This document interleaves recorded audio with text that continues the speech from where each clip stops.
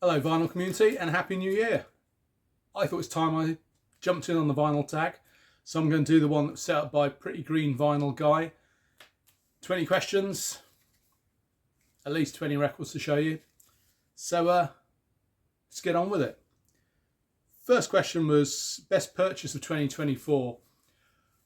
Well, I'm probably going to do my 20 favourite pickups of the year video at some point fairly soon. So what I'm going to do is just show you probably the record I've played the most that I bought this year.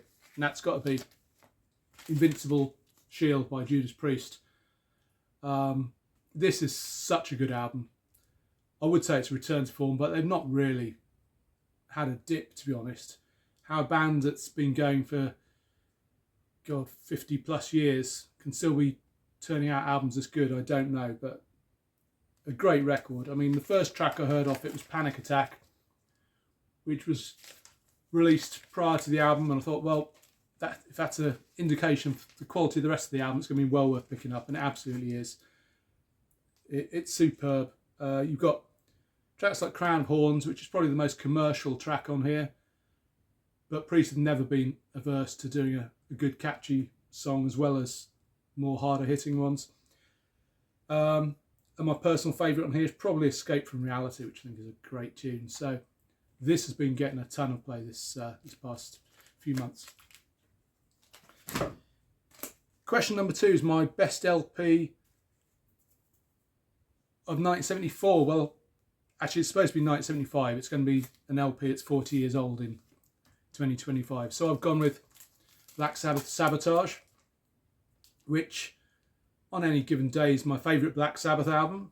It's pretty much interchangeable with half a dozen others in terms of being my favourite, but this is always well up there. Great album. Hole in the Sky, Megalomania, Am I Going Insane, and my favourite track on here, one which features possibly the dumbest, heaviest riff of all time, Symptom of Universe. I love this album. And as is traditional with Black Sabbath's albums, it has a really dodgy sleeve of Bill Ward wearing his wife's tights, which you can very clearly see his checked Y fronts showing through. Great album. Question number 3 is an album that defines a genre. I tried to think a little bit outside the box here because it's too easy just to go prog, yes, Close to the Edge, funk, something by James Brown. I've gone for new wave British heavy metal, which is a bit of a subgenre. And this album, which is a compilation, which sums up the genre.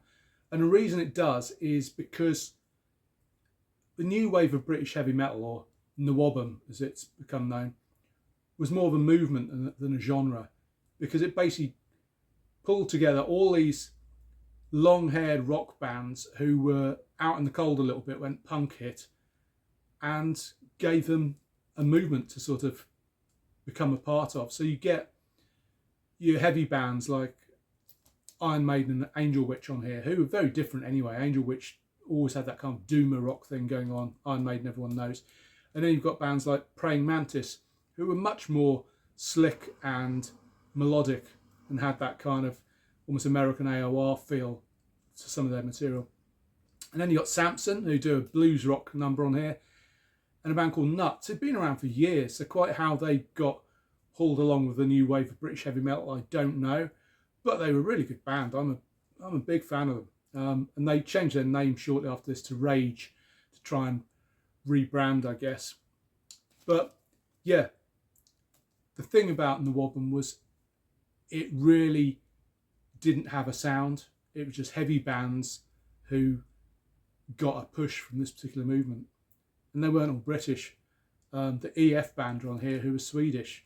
Really good band, but they jumped on the new wave of British heavy metal, and who can blame them? And as was typical for a new wave of British, that's such a mouthful. NWOBHM bands of the time and albums of the time, dreadful sleeve art. But as a whatever I was at the time, 13-year-old kid, that was an exciting image. So there you go, sums up a genre. Next question, question 4 is the best band from my home country. Well, I'm not doing this. The question's a little bit too limiting, to be honest.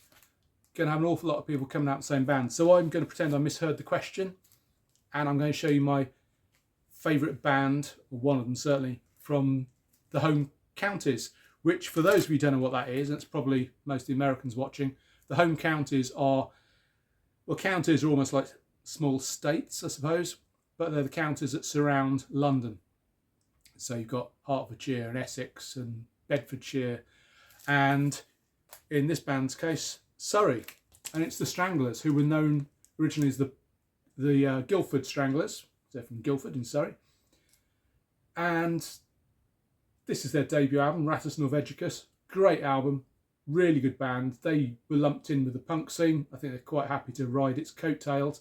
But as you can probably see from the band photo, they're perhaps a bit older than your average punks. And as a result, had their musical chops down a bit better. And it's definitely an influence of the Doors in the Stranglers' music. This is a great record. I mean, the tracks you may know on here, Hanging Around, Get a Grip on Yourself, and my favourite, Peaches, which, apart from being a great track, I cannot listen to it now without picturing Ray Winston in the opening scene from Sexy Beast movie, where he's wearing a pair of budgie smugglers, covered in sun oil, baking in the sun, while the track Peaches plays in the background, which is a really good way of using that, because the Stranglers got a bit of stick when they released that song for its kind of sexist misogyny, and to have a almost naked, overweight Ray Winston slathered in oil lounging by a pool is a really good way of subverting the original meaning of the song. So Stranglers, one of the best bands from the home counties. Question number 5 is an artist I miss dearly. Well, I've talked about this guy a lot on my channel in the past. Chris Cornell. It'd be so easy to put John Lennon or George Harrison or someone like that in here, but there's too many Beatles related questions on here anyway.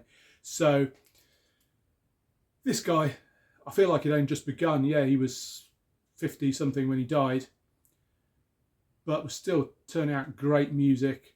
You know, he'd been in Soundgarden, Temple of the Dog, Audio Slave, done some amazing solo material. There's a selection of those things on this album, which is a really good compilation, but so missed. One of the greatest voices in rock, and died well before his time.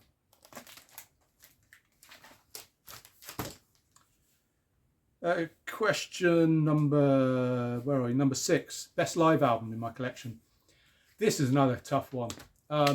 Probably half a dozen contenders for this title, but I had to be honest with myself and show the one which really has meant the most to me over the years. Thin Lizzy, Live and Dangerous. Not an obscure album, not a deep pick at all, but it's just a fantastic live album. I mean, from the sleeve image of Phil Lynott on his knees, what you always want in a live album, particularly if it's double, is the gatefold with the numerous pictures of the band live on stage. And this plays like a greatest hits. In fact, pretty much every version of the songs on here is better than the original studio version. It crackles with excitement. It just makes me wish that I'd been here, or at least seen Thin Lizzy at some point. I'm old enough, I could have seen them, but one time I had the chance. I'd been to see Judas Priest the week before, and it was a time I just couldn't afford to go to gigs that regularly. So I missed out. I guess I thought there'd always be another time, because, again, Phil Lynott, someone who died before his time, someone who's dearly missed. This album's amazing. Check out the live version of Still in Love with You. It is absolutely beautiful. And the audience participation on Baby Drives Me Crazy. Check out those two tracks. This is what a live album's all about. Okay, question number 7. My partner's just dumped me. What album am I going to play? Free at Last. Only joking, sweetheart. Question number 8, the best sounding drums on an album in my collection.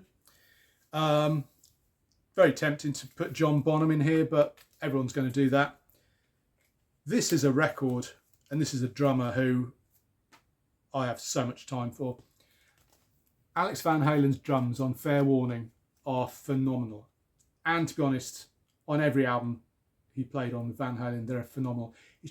It is the sound of his drums. Perhaps he's not the most technically, I was going to say technically gifted. He's a great drummer, but you wouldn't put him up there with Neil Peart or Bill Bruford. But the sound of his drums, incredible. I can hear any song that he plays on and immediately go, oh, that's Alex Van Halen. The sound of his toms is just pretty much unique. His hi-hat sound, fantastic. He seems to tune his drums, his toms so tight, so high. Gets a really unusual sound out, and snare drum as well. This is a brilliant album. It's undervalued by Van Halen fans, let alone general rock fans. But it's one I always come back to. It's Van Halen's darkest album, and the drums are huge on here. The 1984 album as well, great drums on that, particularly the track Hot for Teacher. I love the twin kicks on that, great sound, and the almost flabby snare sound he has when that comes in on that track. Superb. Alex Van Halen, brilliant drummer, great, unique drum sound. Question number 9. My favourite artist who is a member of 2 or more bands. Well, there are obviously tons of artists who've been in multiple bands, but I took this to be an artist who's been in 2 bands at the same time. I've gone with Stuart Copeland, one of my favourite drummers, and he could just as easily have been, the answer to the last question, the best drum sound on a record. Certainly the most unique drum sound. So he was in the Police, everybody knows that.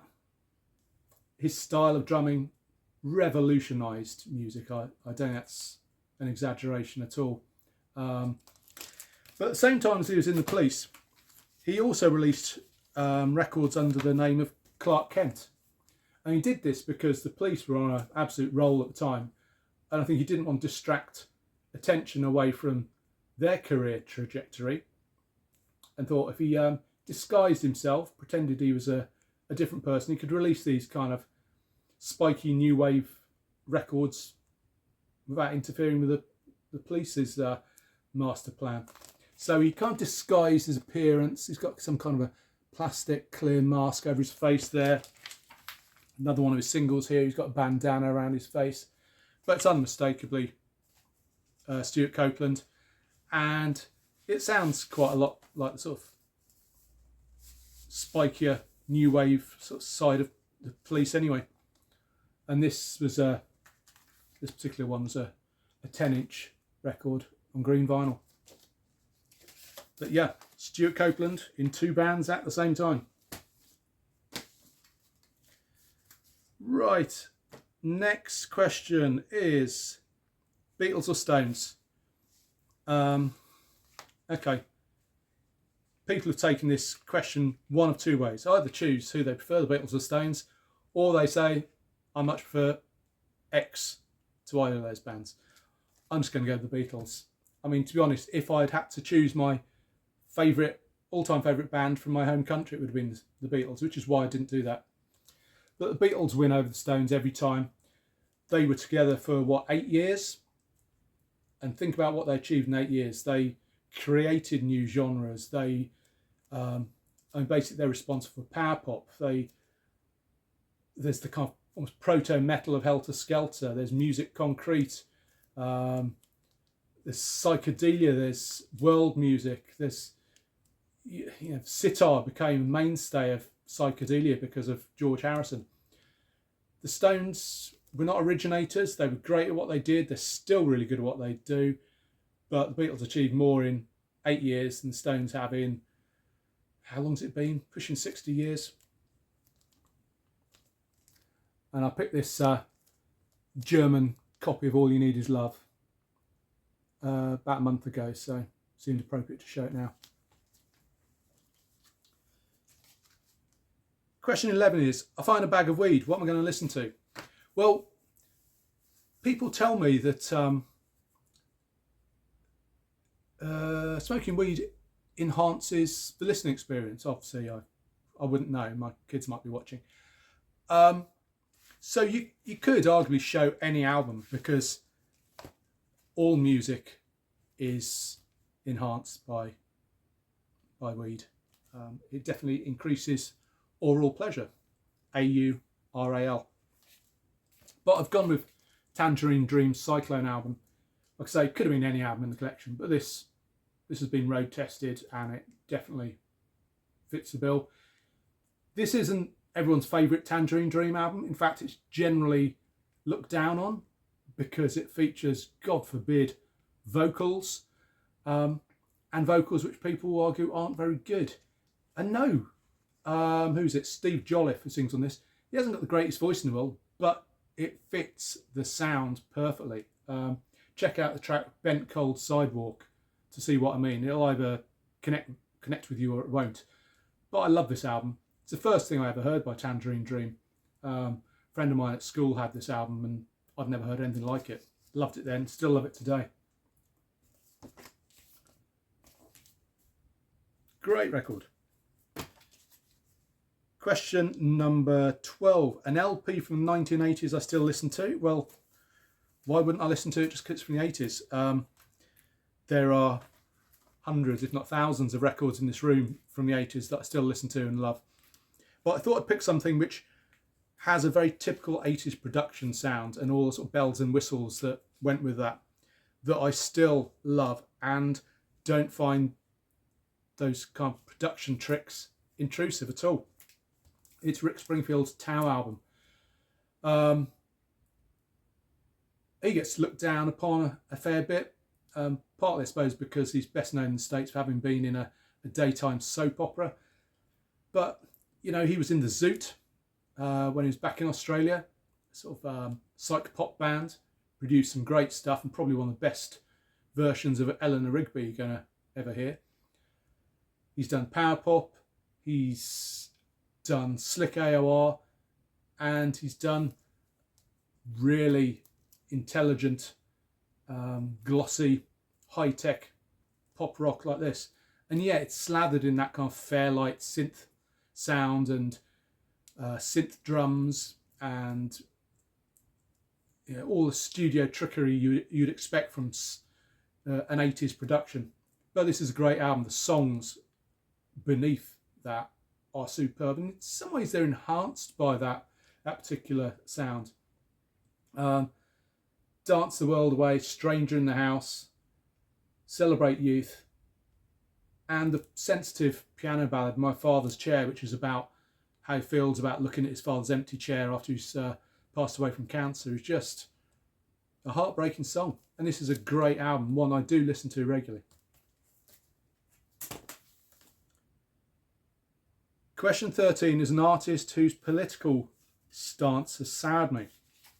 Well, I try to separate the artist from their beliefs, their behaviour even. You know, I can still listen to a Gary Glitter record without wanting to smash up my turntable. Not to say I condone the behaviour of these people, but generally I can put it to one side. But I've found myself really souring towards Roger Waters. I have noticed I'm listening to Pink Floyd less, and I don't think that's a conscious decision, but I just think Roger Waters is a massive dick. I saw him on the tour where this album was recorded, the live Wall album. Saw him at Wembley Stadium, and it was one of the best gigs I've ever seen in my life. It was a totally immersive experience. It's incredible. But there were points in the show where the back projections just didn't sit right with me. The guy seems to be, if he's not anti-Semitic, he's not doing very much to allay people's fears that he is. Let's put it that way. And his, the fact he's an apologist for Vladimir Putin as well. I just think the guy needs to shut the fuck up and get on making decent music. Stop rehashing your political diatribes like the wall again, and put out some decent music, or just count your millions, sit at home and shut the fuck up. Question 14 is a favourite record label. Well, I didn't know whether to show a label that I think tends to produce really great bands, in which case I'd probably go down the route of Vertigo or possibly Charisma. But I thought I'd show a label that I like because it's attractive and there are qualities to it which I really appreciate, and I'll explain what I mean by that. So here's my copy of Strawberry Alarm Clocks, Incense and Peppermints on the Uni label. I love that label. It captures the era perfectly. It's colourful, but you can read everything on it. You can see that that is side one. You can read the band name, the title of the album. You can clearly read the track names and the lengths of the tracks. That's what I want. It seems, particularly since the CD age, that record companies put out vinyl records and you can't read the bloody labels. You need to get a magnifying glass out to be able to tell which side of the record you're on, or you even need to read the dead wax sometimes to do it. They don't bother putting the side on it. Sometimes they don't put any information on one side of the label at all. They'll have a picture. On the other side, everything's so crammed and so tiny that might as well not put anything on there. And I sound like an old fart because, yes, I need to get my reading glasses out more often than I'd like to. But for God's sake, it's information I want when I look at a label. You can have an attractive label and have it informative as well. So Uni did a great job. There's loads of labels that do. But there you go. I mean, Vertigo, of course, had the swirl on one side and the information on the other, but they at least had the decency to tell you which side was which. Question 15 is a run of 3 great singles. This is one of the first bands that came to mind. The Sweet and Blockbuster, Hellraiser and Ballroom Blitz, which I thought I had it on 7-inch, but I can't find it. Perhaps I don't. But if you get this compilation, they're all on there. In fact, I think these are all put on here chronologically. So it goes from Alexander Graham Bell to Love Is Like Oxygen, and 16 of their greatest hits, all of which are fantastic. But the thing about buying the Sweet 7-inches is they always had really good hard rocking tracks on the B-side, which very often weren't available on albums, and showed that they were a hard rock band trapped in a kind of teeny bop glam band's sort of outfits. So yeah, great run of singles. Next question is a record store day purchase I actually listened to. Well, as much as I listen to any album repeatedly, which is quite hard when you have a lot of albums to choose from, this is one that I have gone back to and do really enjoy. And it's Out to Get You, Cheap Trick live in 77. And this was recorded at the Whiskey A Go-Go. After they'd released the first album, I think they were still working on the tracks for In Colour. So you have some kind of early versions of a lot of later tracks on here, as well as most of the tracks from that first classic album. And you can tell from listening to this, this is a band that was gonna go places. It's much like that Thin Lizzy album. It's crackling with excitement. Most excitement's coming off the band rather than the audience in this case. So you just know that they're going to explode and they're going to be huge. So yeah, this came out in 2020 and it's a record I do return to and prefer it to the Live at Budokan album, because it's less of a product and more a kind of a time capsule, if you like. It really does show them warts and all, but my God, they were and still are, to be honest, such a good live band. Question 17 is, if I could be reincarnated as any artist, alive or dead, who would I want to come back as? This is almost like that Back to the Future thing of You know, if you change something, does something in the future, you know, it's just too complicated.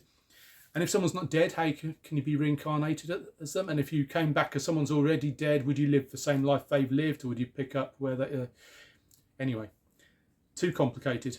I just thought it'd be great fun to come back as Bon Scott, live his life the way he lived it, just be a complete party animal, always a smile on his face.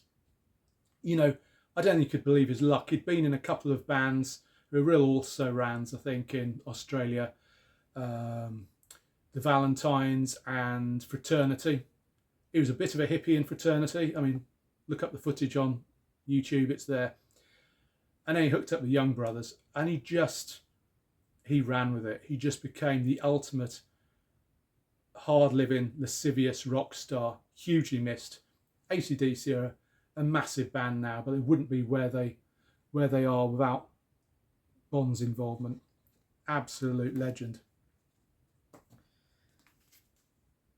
Question 18 is the best 3 lines in a song. Well, I'm not a big lyrics guy. I tend to notice lyrics more when they really jar with me than when they're really good. But let's go back to Bon Scott again. And this album, Dirty Deeds Done Dirt Cheap. And no, he was no Bob Dylan, but he just had a way with words. To me, Bon Scott was a real poet. The track, Ain't No Fun Waiting Around to Be a Millionaire. I love the lines. I've got patches on the patches on my old blue jeans. Well, they used to be blue when they used to be new, when they used to be clean. And that just, you know, ain't no fun waiting around to be a millionaire. Doesn't that just sum up being a broke musician, trying to get by in the world? I think he's fantastic. So there you go. Bon Scott again. Question number 19, an album I never tire of. I think I've shown this before, bound to have done. Kate Bush, Never Forever, my favourite Kate Bush album. I've not shown this particular copy before because this is a German copy, which is a single sleeve.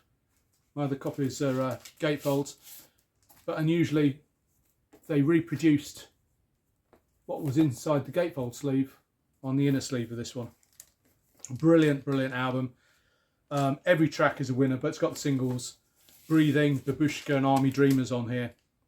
And yeah, I first bought this when it came out and I still listen to it today and love it. For me, much, much better than The Hounds of Love. Brilliant stuff. Then the final question is to share my favourite VC channel. This is a difficult one. I suppose the idea of this is to draw attention to some smaller, struggling channels or new channels, but they wouldn't necessarily be my favourites. And to be honest, I'm struggling to find too many channels that are really doing it for me at the moment. To be honest, my favourite of all time is the one that probably got me into making videos myself, Matt Sand's channel, when he was doing his videos with the Psych Professor. I love those videos. They were a great double act. Not sure why they're not doing videos anymore. I know Matt had some health problems, perhaps that's something to do with it, but I'd love to see them back. They inspired me. I know a lot of other people love their videos. And yeah, come back, Matt. Show us what you've been buying. So that's it. That's Pretty Green Vinyl Guys vinyl tag for 2025. I'll be back again soon, probably with my 20 favourite purchases of last year. I may yet do a kind of roundup of the year, my usual award show for the year, but I may delay doing that a little bit if at all. So whatever, leave your comments below. Thanks for watching. See you again soon. Bye.